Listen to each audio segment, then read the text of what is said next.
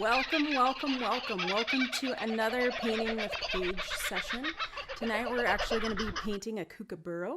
And if you don't know what that is, it is a bird out of Australia. And I'll tell you more about him in just a second.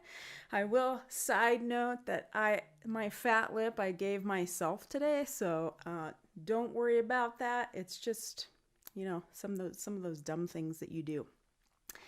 First of all, before we get started, I want to tell you to go ahead and go down below in the description below and download the imagery for tonight's painting. So there is a sketch here and you can either sketch it yourself, you can trace it, or you can transfer it. You can use transfer paper.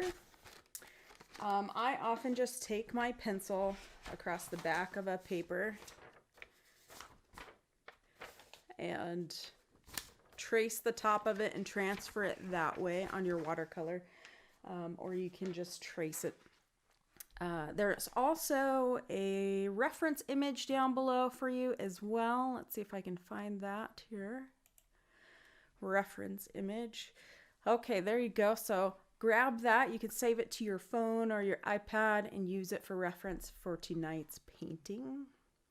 So while you are doing that, I'll briefly tell you, I'm Paige. I'm the chief pixel pusher at Gumption. I'm also the chief paintbrusher there too, and it's kind of my goal to share painting with you and to kind of get you up and running and doing it your way. So thanks for tuning in. Tonight will be a fun class. It will probably last about, hopefully, an hour. It could go a little over tonight, but get ready to have some fun, and I'd love for you to share your paintings with me if you're so brave to do so. If you're here in chat, go ahead and say hello and let me know that you're here and where you're tuning in from. We'll get to our supply list here. These are the colors and the things that I'm using. Oftentimes my students will ask me what colors I'm using, and tonight we'll be using cobalt teal, raw umber, neutral tint, or a brown. So if you have a sepia color or some kind of other brown color, that'll work just fine. We're also using yellow ochre tonight. So those are the things you might need. I'm using a Canson XL pad here, which is perfect for this kind of assignment. So just need some watercolor paper. And if you want to color along, you can do that too. You can just download that sheet and color it if you would like. Feel free to say hello in the comments or leave any questions in the comments as we get going. Periodically, I'll be checking them and seeing if anybody had anything that they needed help with. Okay, so I'm going to show you. This is the painting that we're going to be doing tonight. I've done this a couple different times, and I think I enjoy this one. I have a sound effect for the kookaburra, so I need to take you into our other screen so you can hear that. The kookaburra mainly lives in Australia, but they also can be found in New Zealand and Tasmania, I think, as well. So we're going to be painting this guy tonight, and I have already transferred my illustration to my paper, and I'm going to get started mixing color for you, so paint along with me.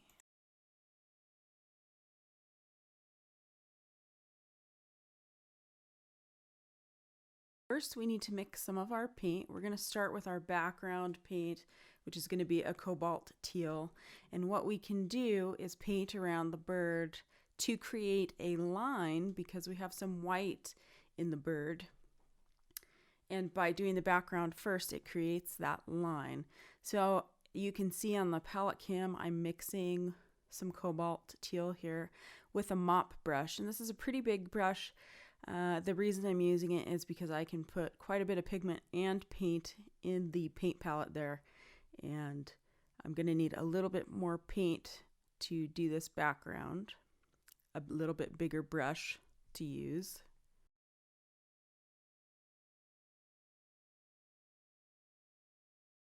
And I will start doing the edges of the bird with a smaller brush and just water to do this tight outline.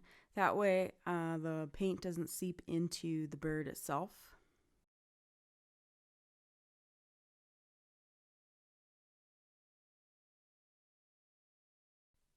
And this really shows you the ratio of paint to water, so you can kind of see what's happening here at the palette.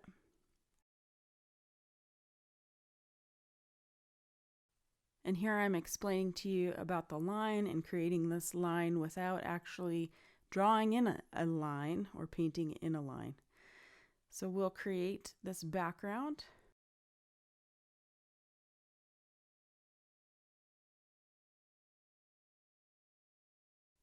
And you can see I have this very pointed brush that will be great to get into little corners easily. And I'm putting my paper towel here, so I try not to dribble on the paper itself. It will fall on the paper towel first. You can see how pointed that brush is. Okay, so here I'm just using water and I'm going along this edge here. That way, that is a barrier for the paint and it won't move into the bird. And I forgot that I had pigment on my brush, so we are just moving right on into pigment here. But you could create this whole area with water and then add in paint that way. That was originally my intention, but when you're doing live videos, sometimes things just go awry. You can see I'm outlining the bird on the other side and down the rope area. Switching up brushes to use the bigger mop brush to spread this color. And I try to move the bead of water and work quickly to hopefully have less marking in my paint. I want a more even gradation, I should say.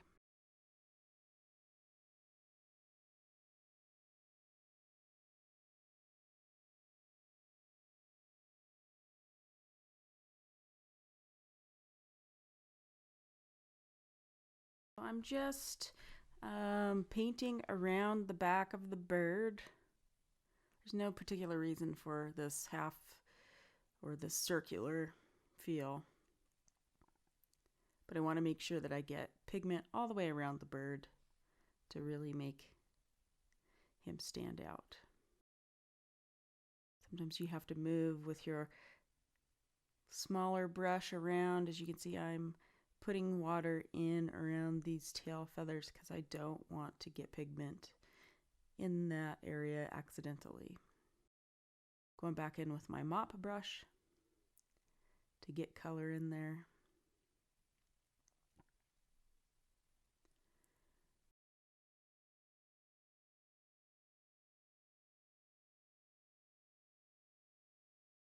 Just a little bit more.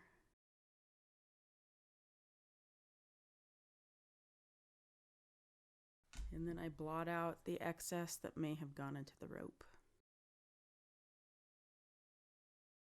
I can work on the eye and let this kind of dry. So I use my iPad, handy dandy iPad with my image so I can zoom in and out. And I'm going to mix up some neutral tint so I can have some brown here. Oops, that's purple. That's not neutral tint. Okay. So I'm mixing up a neutral tint here. I don't have to do a ton of paint, but you can see the brown color of this neutral tint. I'm going to use a small brush when I do paint in the eye. Right now I'm just using this larger brush to mix paint. And I'm really trying to get the ratio of paint to water correct so it's not too watery. Here I'm getting my paper towel and my tinier brush ready. And I'm just going to paint in the iris area solidly with this brown.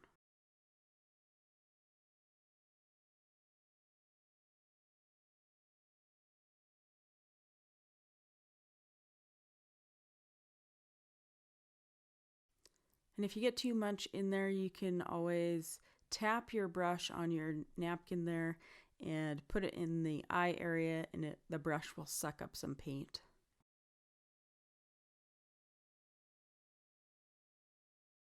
In working this way, I kind of work this round robin routine where I go from one area to another area. So I am not waiting for things to dry. I can just keep working along. Looks like I'm mixing a little bit of moon glow. This is kind of a purpley gray color. It's a great kind of neutral color as well. If you have Payne's gray, you could use that too. And I'm going to start working in the shadows here around the bird's head.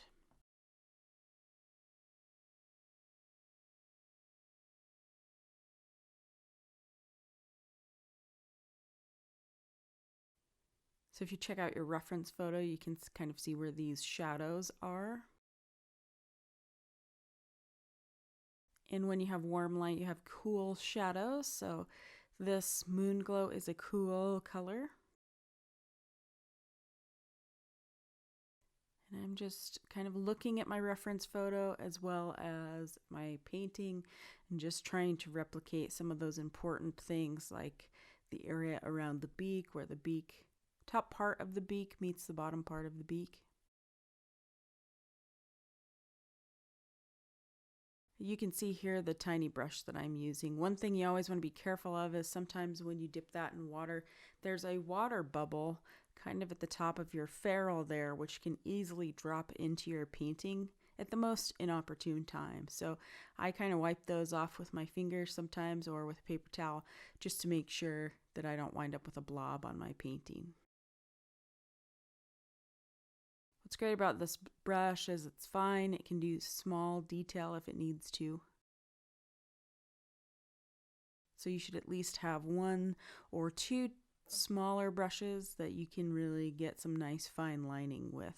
We're going to move into the shading and coloring of the wings, and they are a brown color.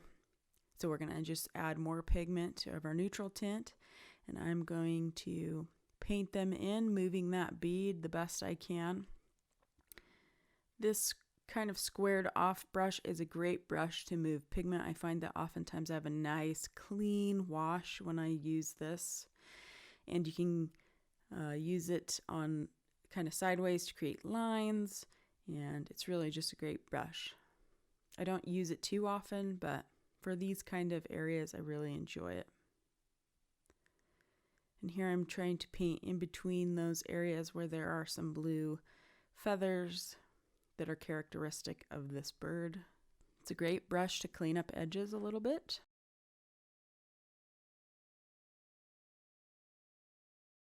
Ultimately, you probably want to use a smaller brush to do these in-betweens between the feathers there. But it did a nice job of doing a pretty even wash.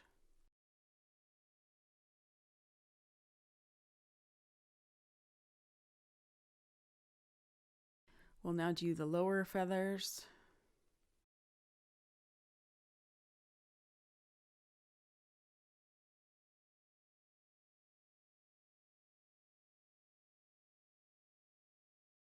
And you can see here I'm showing you the coloring of the bottom, the lower feathers. So I am going to use transparent pyrrole orange for those once the brown is dry, but I'm using a small brush going in between to define those tail feathers.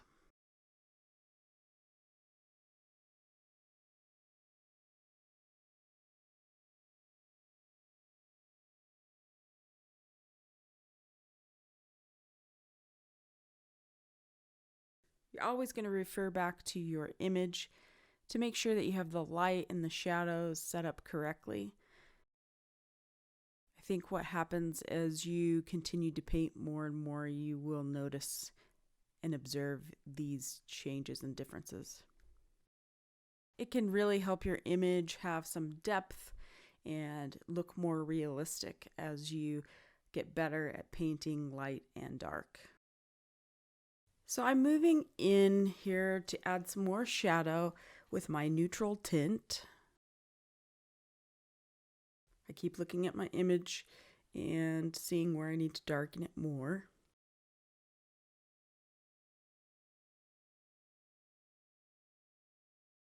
We have this great defining line here of color near the eye.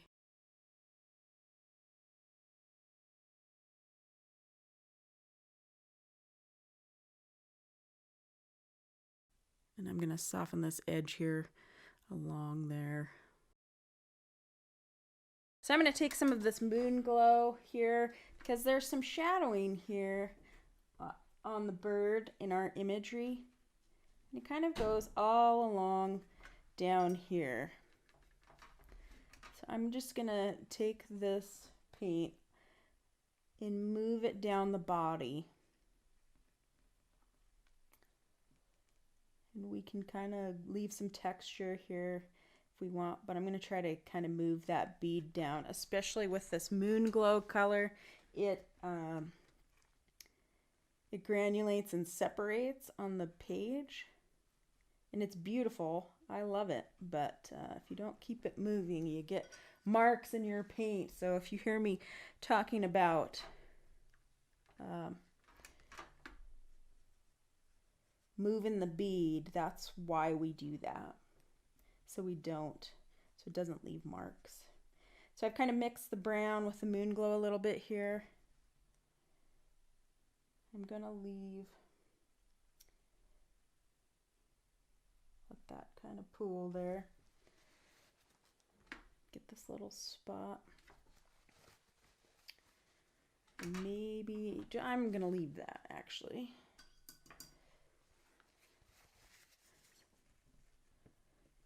Catch some of these drops as I drop them around. And then I'm also going to do this part here with the rope that he's sitting on, and that is a combination basically of yellow ochre and raw umber. So I'll mix those two together here. And yellow ochre is often, well, at least my yellow ochre is opaque. It has some chalkiness to it a little bit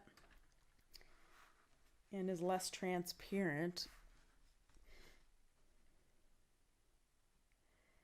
And I'm just going to work it along this guy, this rope.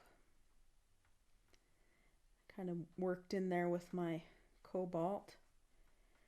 Probably be good. You could use a bigger brush than the one that I'm using if you like. Always helps to move paint along a little bit when you have a little bit bigger space.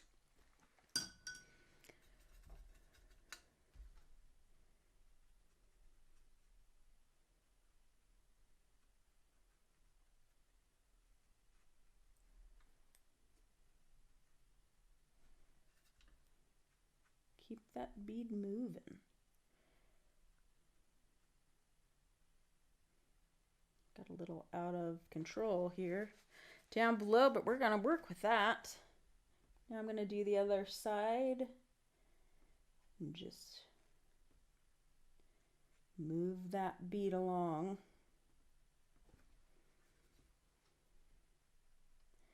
It's always good to mix up enough paint so you don't have to mix it while you're in the middle of painting. Sometimes these palettes here, they just aren't big enough sometimes for a mixing area. So if you had to use a plate or something like that, a bigger palette, that is fine. Okay, so I'm going to leave the rope now. We will pull out some color later, but I'm going to let it dry completely, and then I'm going to go back into it. So this guy is almost dry in this area. Let's see. Where am I going to go next? So I'm going to do a little bit around his eye. and do a little bit of detail work with a smaller brush. Let's see. So this is a good sized brush to go in and do some detail, and I'm gonna get some more of this neutral tint. You could use sepia or any brown that you have. And there are some darker areas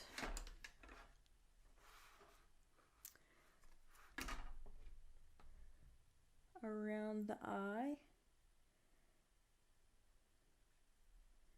and down in here a little bit. Kind of goes right along with that feather. And then we have this area here. You kind of have to constantly look at your reference while you're painting. And you can choose how much you want it to resemble your reference or how much you want to make it your own.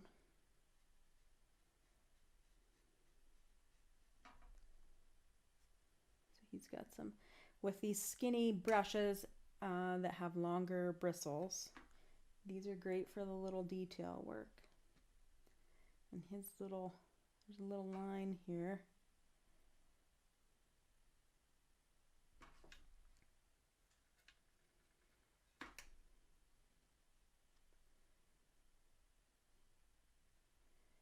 He's got kind of this dark area here.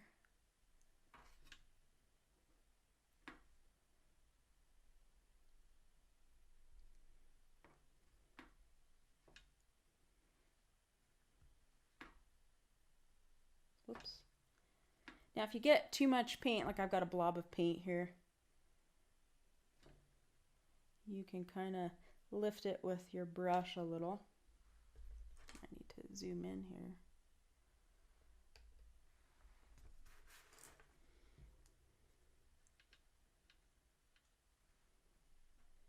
I'm just going to outline the eye a little bit here. And I'm going to give him a little pupil. You can't quite see it unless you change the picture a little bit there. So we're just going to put that in there. I'm going to mix a little of this moon glow. It's pretty diluted. Just kind of go along this shadow, the beak here.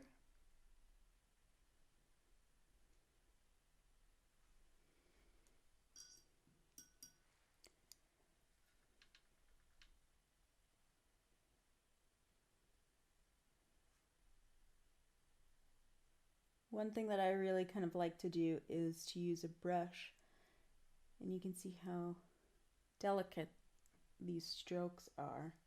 Often pigment will dry lighter than what it looks like on your page. Now I have some core paints and some Daniel Smith now mixed in with my palette, and the core seemed to be pretty vibrant.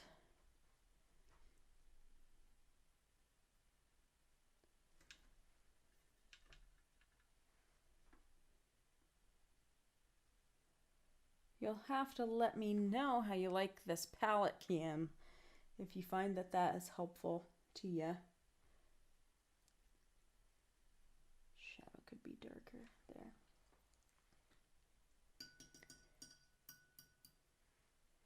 So I'm going to go back in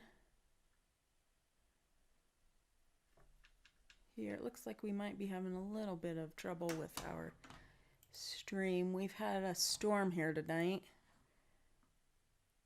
so you'll have to let me know if you're experiencing trouble on your end receiving the feed.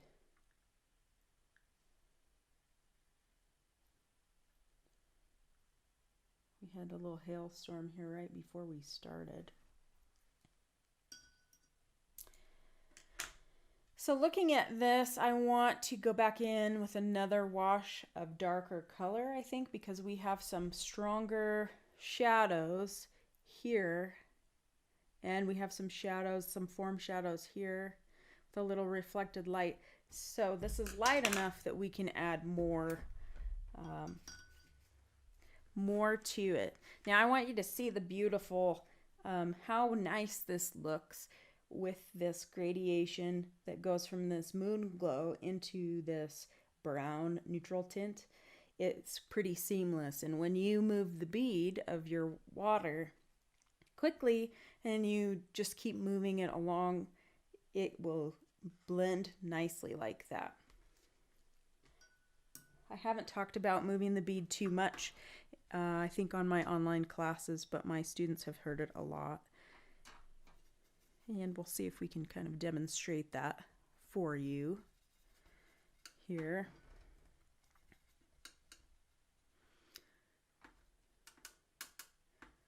It's going to be probably pretty dark looking.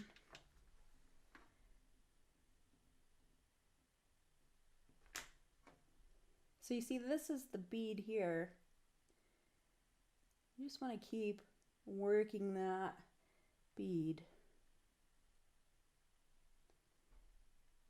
Now I want to soften this a little bit, so what I do is I take my water brush, dip it in water, and I soften these edges so it doesn't leave a hard edge necessarily.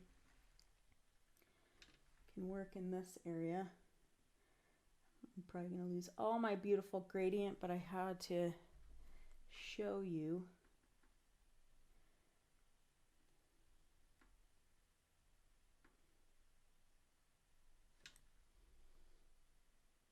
I'm going to soften this edge a little.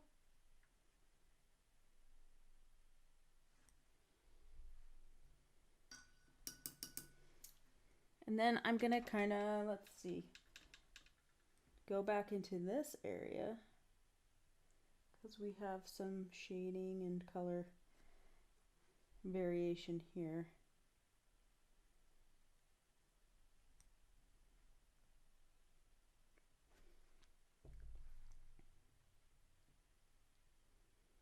You can diffuse that right out. And then some of this raw umber, yellow ochre color, I'm going to add some more raw umber into that. Maybe add a little of my neutral tint. Looks like it's blending a little bit with my moon glow. It's always nice to have a piece of paper nearby that you can test color on. So you can look at that and see, okay, that's nice. I recommend that, especially if you're just starting out. But the point is, you want to have a good time with this. It's supposed to be fun. I concentrate on technical stuff to get you started. And then you go from there. So I'm just putting in these other details and shadows. He has some kind of bluish looking shadows up here a little bit above his eye. If you get it too dark and you don't like it that dark, you can blot your brush off. Kind of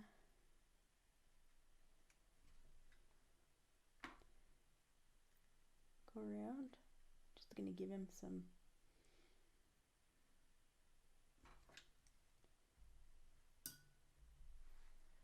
texture there. And we will continue to work in this area, but since I'm up above here, I may want to soften this a little. Maybe put a warmer pigment in there, see how that looks.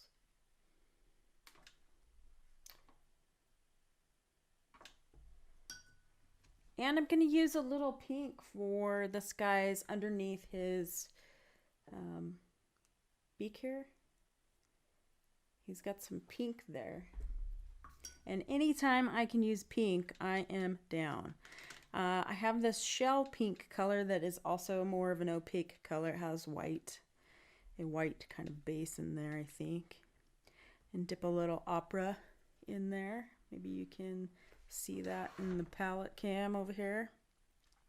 It's really light. I'm just going to go in and lightly put in this lower area.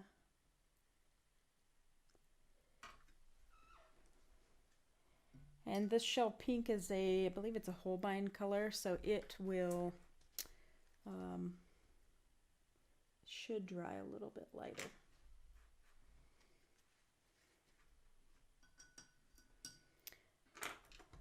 So for his pupil, I'm going to make his pupil a little bit darker, and that just requires more pigment. So I'm using this neutral tint, going back in.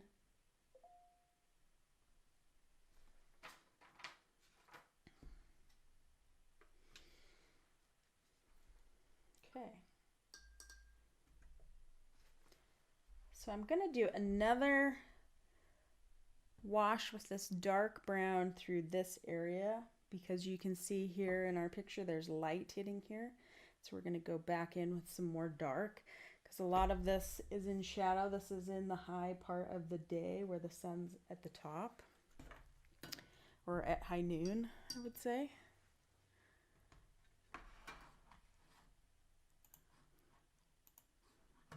Okay. So more neutral tint.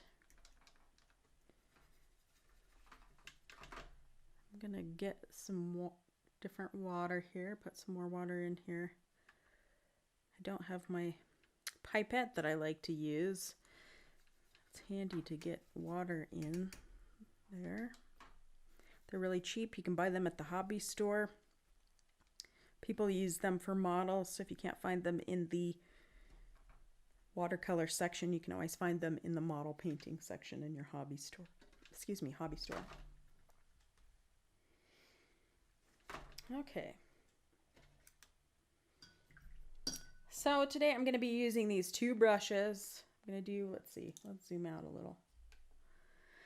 Two brush handoff here, because I have these little teeny feathers that are blue. And I'm going to go along this area, moving the bead.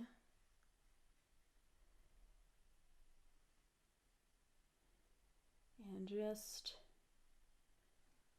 I'm going to take my other brush, dip it in pigment, and there's a little bit of a defining line here. Well, that's lighter. And then these two should meet. So it's okay if it's not exactly the same. So I'm going to keep moving the bead.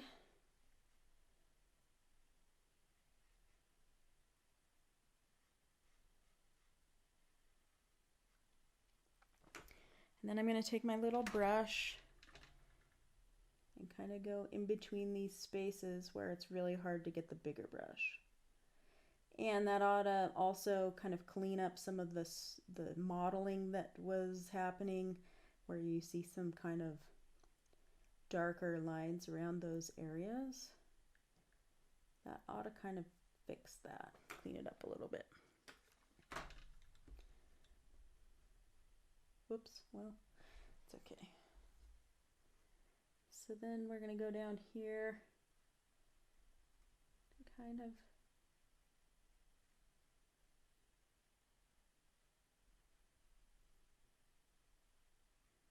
straighten up that edge, and then we can kind of go into these feathers that are under here. You can use your square brushes on their side if you have to, but they bring a lot of paint with them, which is kind of nice. In watercolor, you probably mostly work with round brushes, but sometimes these square brushes have their own benefits.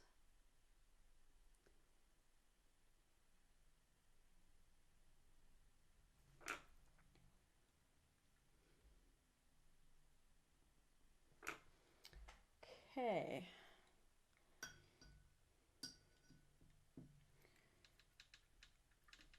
So I may actually, we have some shadows that kind of come over here in this guy.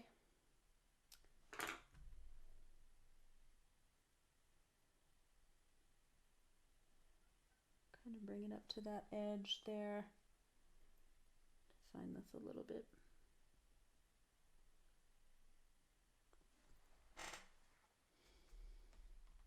You kind of see these things as you are looking at your reference.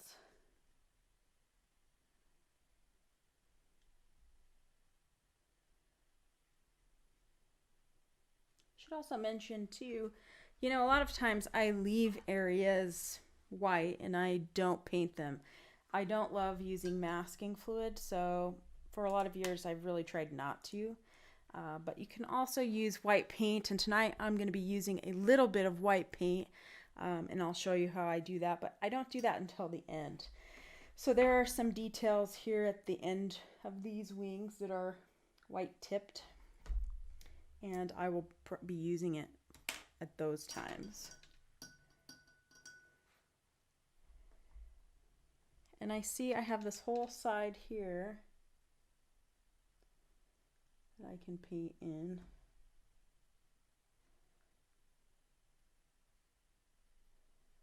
These little tiny brushes are just fun to be able to use, because you can just get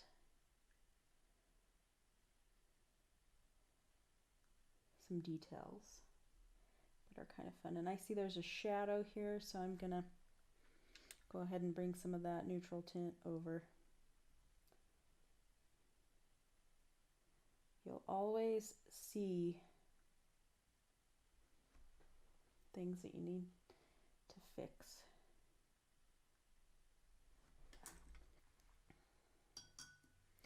And just like his little foot here, it kind of got left out.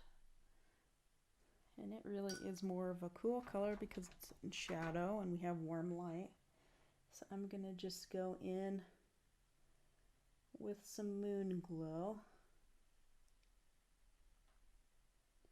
This kind of dark purpley color. If you had a Payne's gray, you could use it as well.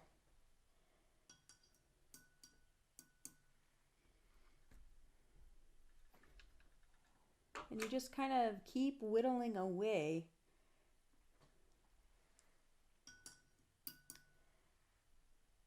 And just have fun. Like I see, sometimes when I look at pictures, I see different colors.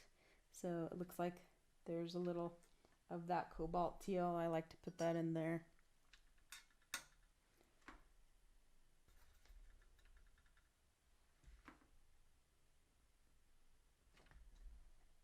So you could just keep darkening this area and keep whittling away. One thing that I really have started doing lately that I really kind of like is putting a little blue in the eye. So we have this color in our background. I'm going to zoom in here so you can kind of see this. So I think it just adds kind of a fun element. So I'll add some white, but I'm also just going to add a little bit of blue there. We'll let that dry.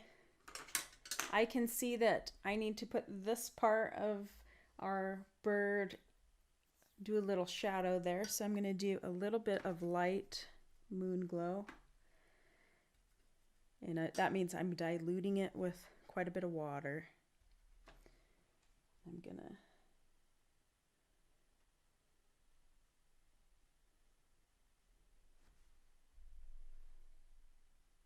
and I've tapped my brush on my paper towel to kind of pick up some of that pigment, so I can just gently draw down some color down that tail.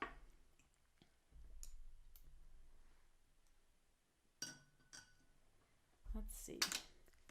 So one color I left off our list was orange. So this little bird has orange in its tail, and I'm going to put some in there. So if you're in the palette cam, you should be able to see how vibrant this color is. I'm just gonna put it around.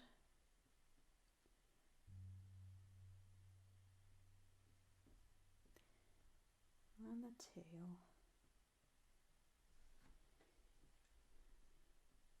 I may have to darken some of these brown areas too, but we'll lay in this orange color and then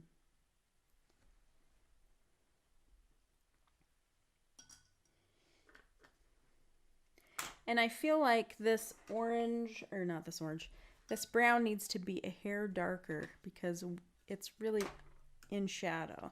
So sometimes you'll have to layer your colors, and that's okay.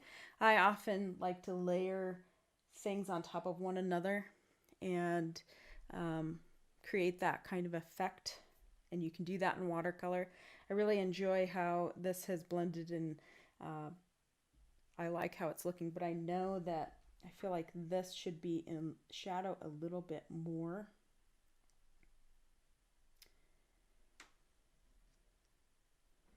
And that just helps him have a little bit more dimension instead of looking so flat.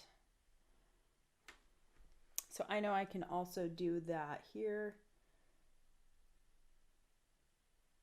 And maybe define some of these feathers a little bit.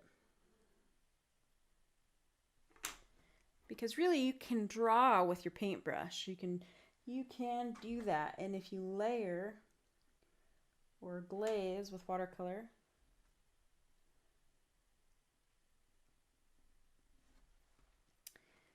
you can basically draw, and it will leave light depending on how pigmented your paint is. It can be real light.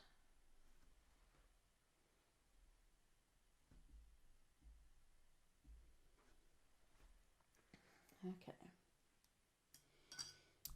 So I also feel like our underneath our beak can have a little bit of shadow as well.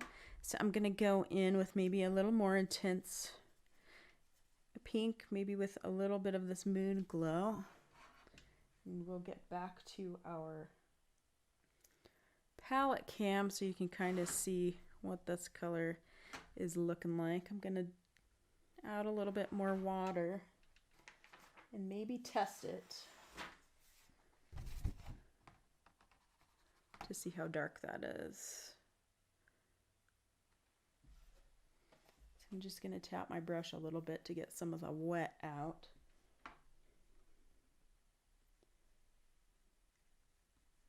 Just going to go up under a little bit. You could also use a color that is like a skin color, that's kind of a peachy color as well. And you could mix that in there.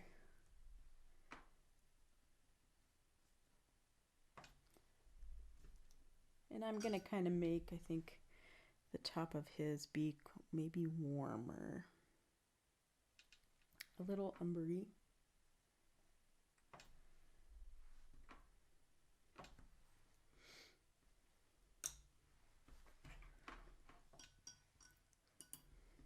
Now you can use a skinny brush like this to continue doing line work with more pigment. And that just means you can keep drawing in areas. We'll do a little bit of that with white paint as well.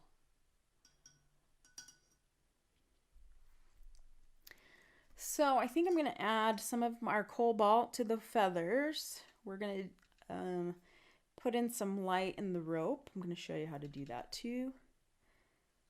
I'm getting quite a bit of cobalt teal pigment here with my skinny brush, and I'm just going to go in and paint these feathers. Hopefully you got to hear the kookaburra call earlier.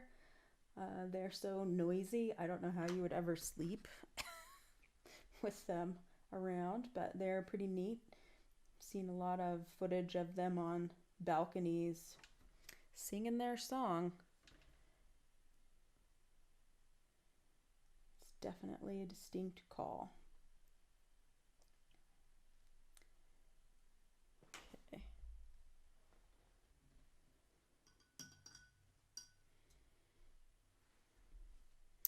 So I think our guy is looking pretty good. How are you all doing? You hanging in there with me?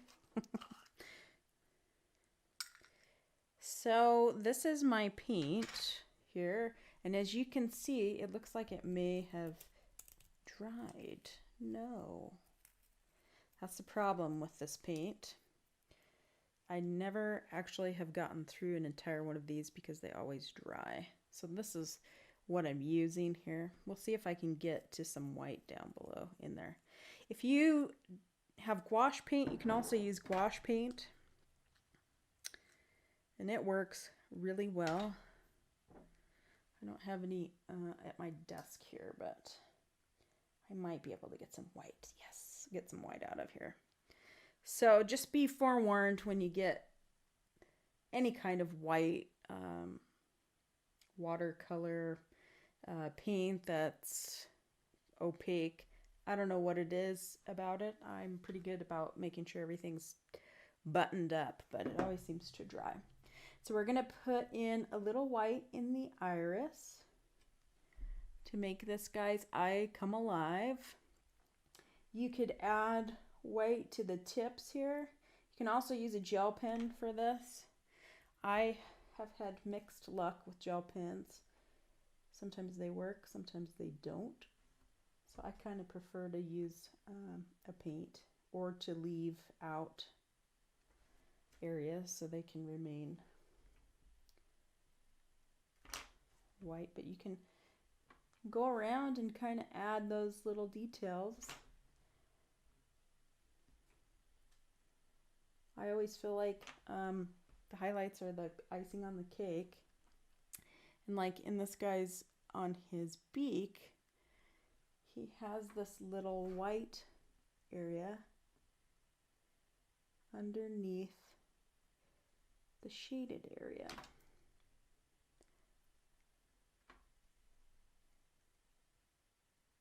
So when you're painting or you're drawing, you're always looking at light and how that affects different things. I'm going to leave that for now. I don't know how good that white is going to take here. But I promised you we're going to lighten this rope, and we are. And I'm going to show you how to do that.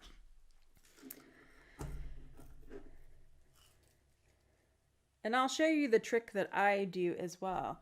I write the date that I buy this white paint so I know how old it is. So I've not had this too long and it has kind of dried up on me. So it's always wise to do that, because if it's a couple years, you probably are good to buy a new bottle of it. So I'm taking this, let's see, this is, I don't know, this is probably a 6 or a 5 brush. And I'm taking clean water, tapping it on the jar to tap off the excess. And then I'm going to scrub this area here. And then I'm going to get a clean paper towel and dab that and lift that paint. I'm going to do it on the other side now too. Just scrub a little. If you have good paper, your paper won't come up when you do this. So if you're finding that your paper's balling a little bit, you might need a little bit better paper. And 100% cotton paper is a good paper to use. If you can't get that, you can always order it from Dick Blick, or sometimes on Amazon you can get that. Our local art store here, I don't know that they carry any paper that is 100% cotton. but I personally like Fabriano paper. And I don't get paid for many of these places, but Fabriano is my favorite paper. So I like to buy it or ask for birthdays and things to use. So you see how that kind of gives it dimension a little bit here. It's easy to scrub off. Now, not all paints are created equal. So some will lift easier than others. So we could go in and even do another layer here underneath to create even more depth. And I've just used a little brown here.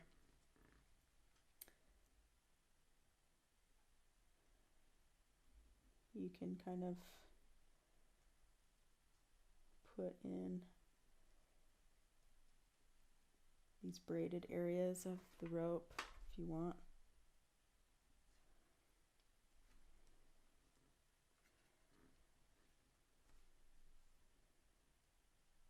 Just really, it's about observation and translating that.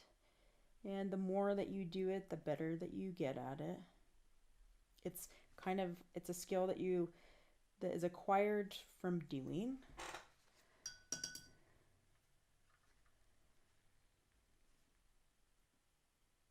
This side's pretty light, but I'll just put a little in there and see how it kind of keeps giving it some more depth. And we could keep working this. You could keep working this from your picture and keep refining it. Maybe you'd warm up some of these colors a little bit more, or you prefer a different kind of brown color. You can do it to your heart's content.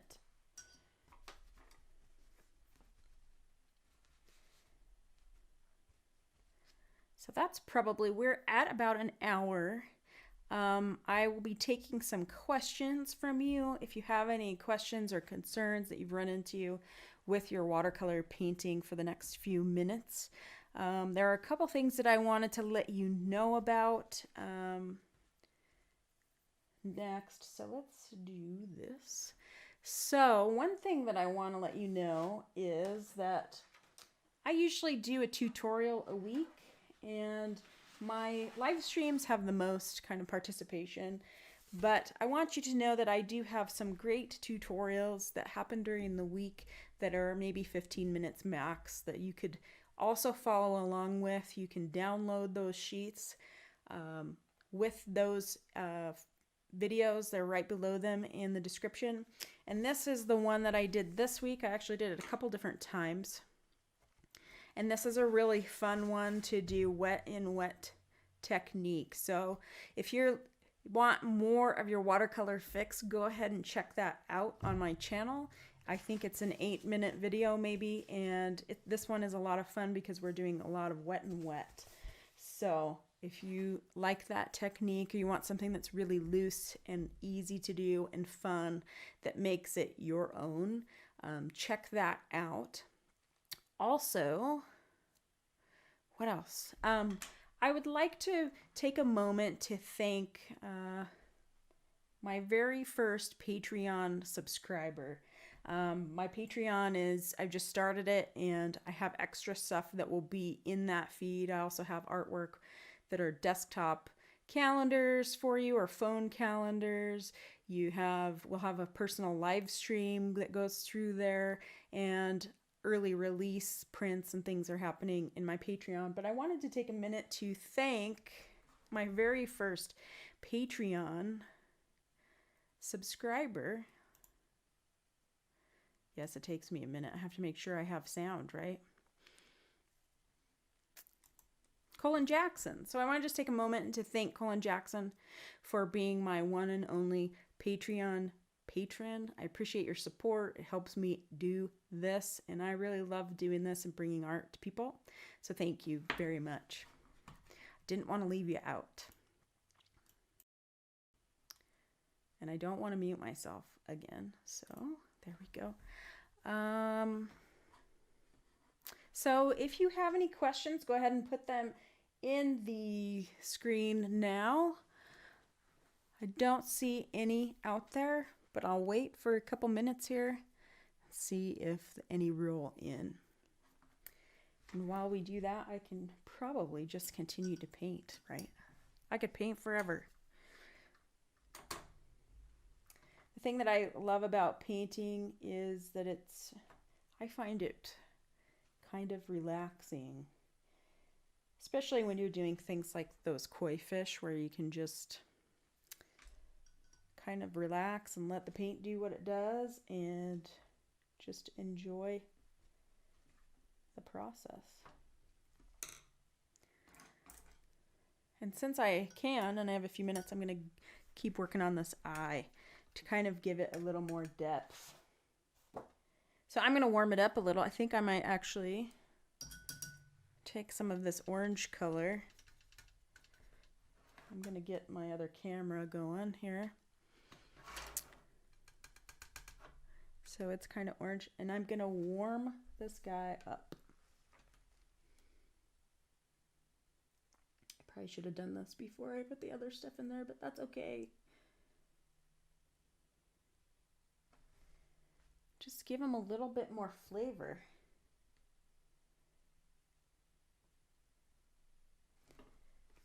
And like I've said before, you know, lids often create shadows. He doesn't have...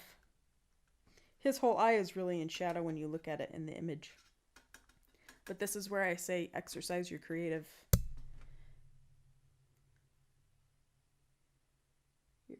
license.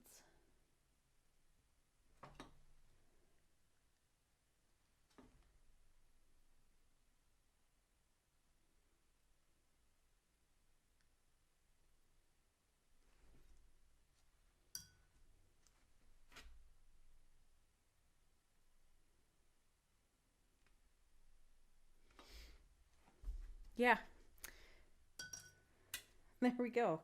So you could keep working on this until you know, were happy with what you had.